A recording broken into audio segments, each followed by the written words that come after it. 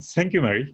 Thank you so much for joining me today. I have several questions in mind for a conversation, but why don't we start with service delivery and service delivery, especially in public sector, Yeah. and how is service delivery apart, especially in British Columbia, considering the number of internal customers, but also just different within the broader public sector, and how can service delivery be made more collaborative and participative?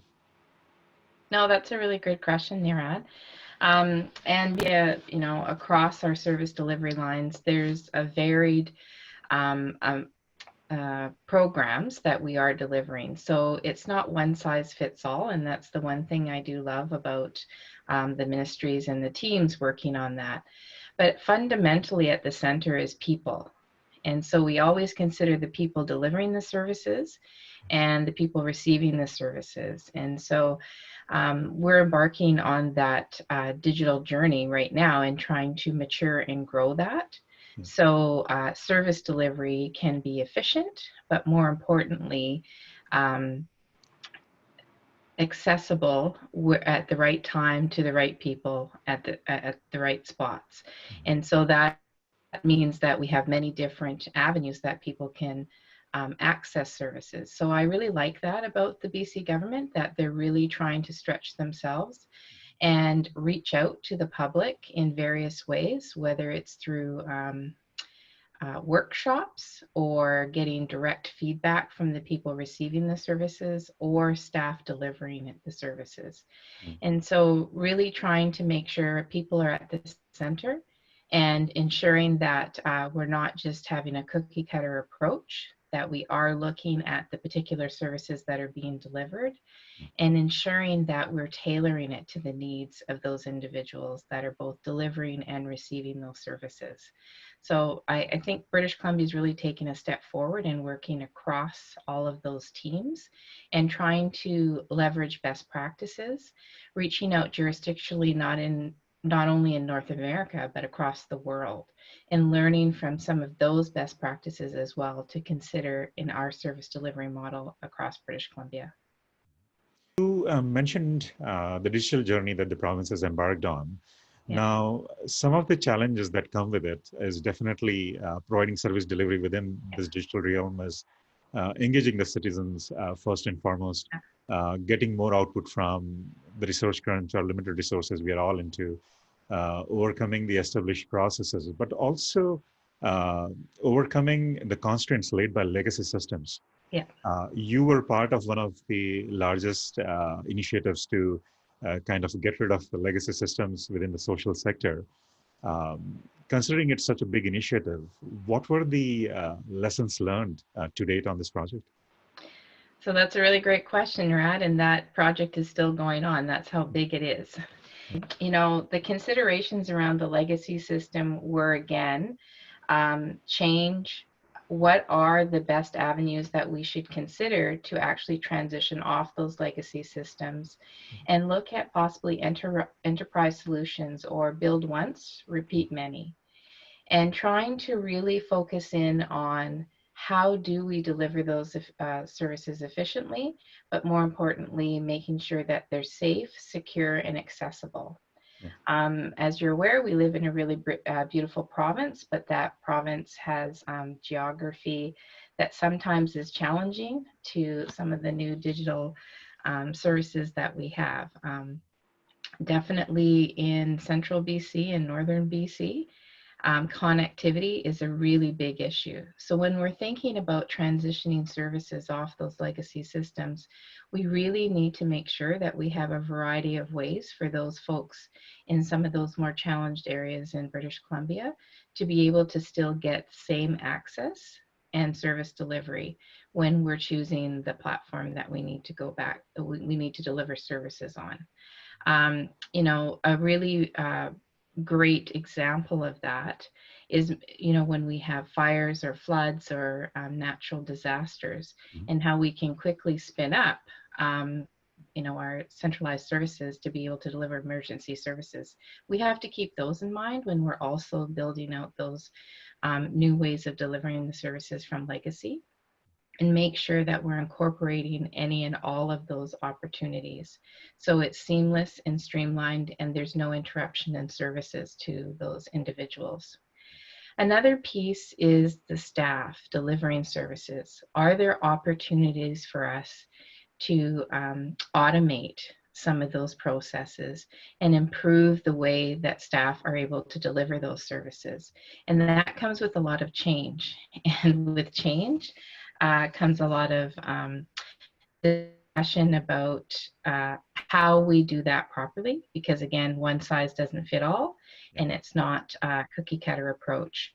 And so when we're working across ministries and across service lines, are there like type business requirements that when we're considering some of those solutions would work for many? And so I'm really proud of the work that we do cross ministerial in British Columbia, and really trying to focus on building the best solutions possible that will continue to carry us into the future. I don't think those were always opportunities we were able to take advantage of previously, Yeah. but there has been a really big focus and a real passion around working collaboratively to make sure that those solutions are going to fit the service model that we're moving towards. And really making sure people are at the center, but digital first. And how can we make that the most efficient way, considering all the challenges that we come up against? Public sector sits in a very highly visible place, especially the social sector. It's a fishbowl, so to speak, especially when it comes to accountability towards its citizens. For large projects, such as the one you're implementing right now, is there a change management model that specifically catered to public sector? And are there like certain factors that weigh in more when you plan for a change, especially on such a big scale? Yeah, that's interesting that you talk about a model for government as a whole. Of course, there's lots of theoretical models. ProSci training is one of the leaders in change management. But my personal experience and some of the best practices that I've learned from colleagues across British Columbia, but also across Canada, is understanding the people that you're working with and being able to adapt those models. It's really important for both people delivering the services that are going to be impacted, but also the people receiving the services. They know the from, to, and because. Yeah. And so they really understand why the change and how they can be involved in helping form and shape that change as we move along the continuum and the improvements. We talked about that legacy project. That was one of the biggest, I would say, shifts that we've had in projects previously, where we really involved staff and tried to get as much citizen feedback or look back in some of the feedback some of those business areas had to incorporate into our communications, building out training, building out standard operating procedures. And so I think it's really important to not look at things just in technical terms, but be able to translate the business challenges, the business needs, the business outcomes into those technical requirements, and then be able to translate the benefits or the enablers from the technical solutions back into the business impacts. And so it's not always easy, because we all have our own language that we speak in our specific areas, especially in technology. But that's the beauty of working in partnership and making sure that you have a diverse set of individuals in the room when you're looking at those solutioning options, asking the tough questions, staying really curious, and ensuring that we are solving those problems that we first brought to the forefront. Principle-based change, it really helps ground our decisions and also keeps those people at the front and center to make sure that we're bringing them along that continuum and they understand the benefits of the outcomes that will be coming down. So once this project is done and delivered and it goes live, What are the outcomes as a citizens that we can see at the other end? Yeah, we're really trying to make sure that services are um, efficient and, like I said, around the build once, repeat many. Mm-hmm. Where can we gain partnerships across government so we have enterprise solutions? That service excellence piece is really important, not only just in receiving the services, but how we deliver those day to day, year to year, and able to grow those models and continue to have that same look and feel for the citizen that's calling in, that's using an online application or coming in face to face. I think lining all of those pieces up to make sure that the seamless service delivery is still happening is really, really important.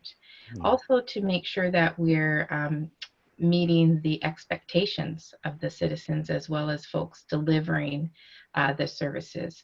We live in a very fast paced world. What's new today is old tomorrow. And so, how do we build that into systems that we have high investment in, but continue to stay current with all of the digital innovations that are happening, but as well, we can grow that and continue to align our processes to be current with that. Women and the representation in IT, they're generally underrepresented in IT and in leadership roles. How can we make changes here, and how can we present IT STEM more attractive and present IT as a lucrative career options for everybody in high school these days?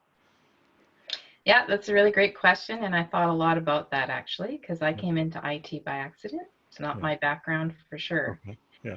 As I got more immersed in the projects and started to better understand the IT teams and see opportunities of how we can bridge the people piece of it and ensuring that business and IT were working collaboratively together, I could really see how we could market that different.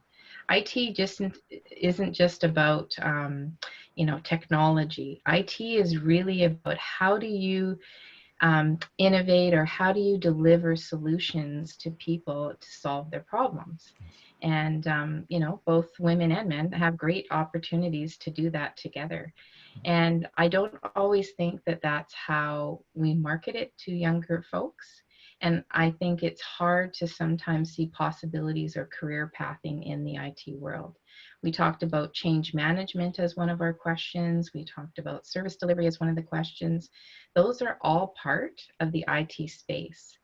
And so we need all types of competency sets and all types of expertise to come together and work for IT to be successful. I solutions can be brought forward and they can do many things, but if we don't have people that have the passion behind it to demonstrate um, what the capabilities are, what problems we're solving, and how do we build strong processes in delivering the solutions, um, IT can be a big failure, and we've all heard about those things in the past. So I think really talking about all of the aspects of IT and what goes into a project, what goes into the IT space in work, especially around people development, understanding business areas. But I think more important, it's about solving problems and making your life easier. And we're all about that, gaining time, making sure that people have their needs met.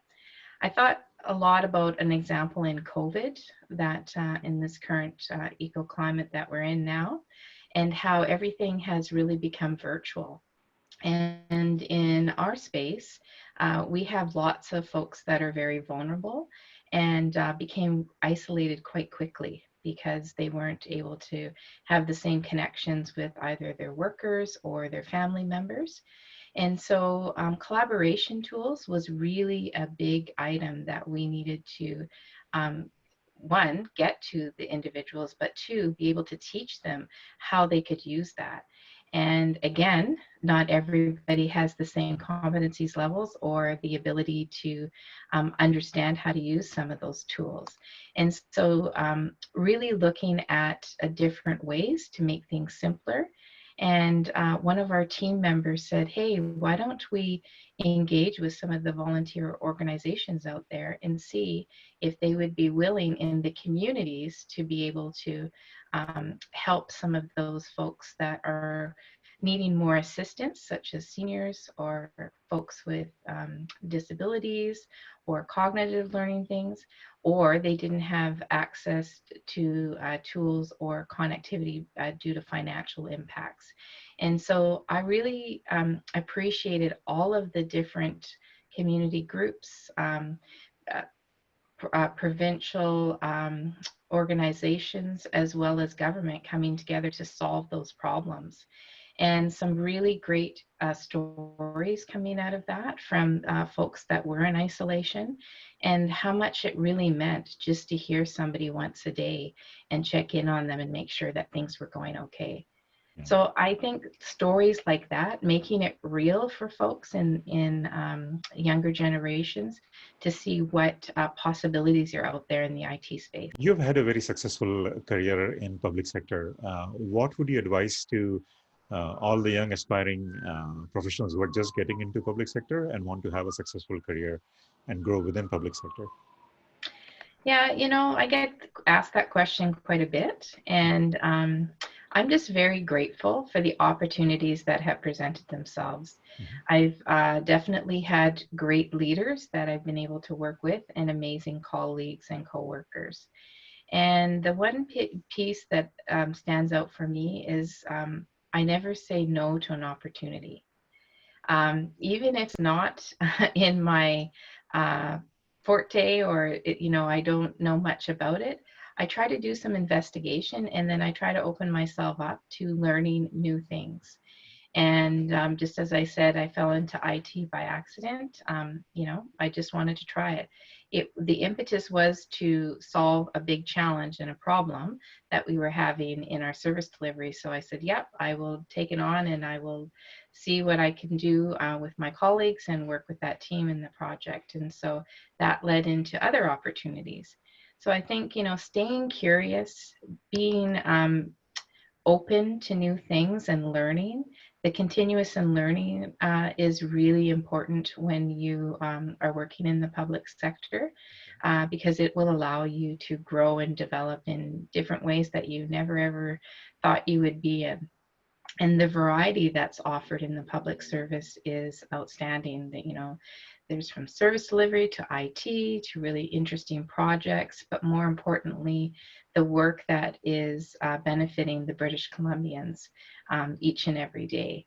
And so, try things on for size. You may think that it's not something that you might like, but I always say give it a chance and see where you can grow. And I think it really does make a difference when you have that curious attitude up front, and you're willing to try, and you have amazing supervision and support in that succession planning. So I think the BC Public Service is really doing a great job of trying to offer courses and offer development so people can look into other areas and grow their understanding, and most importantly, grow their competency set to be the best version of themselves as they're working in the BC Public Service. That's quite insightful. Thanks so much, Marie. Thanks for taking time out and speaking to us today. Stay safe, and let's stay connected.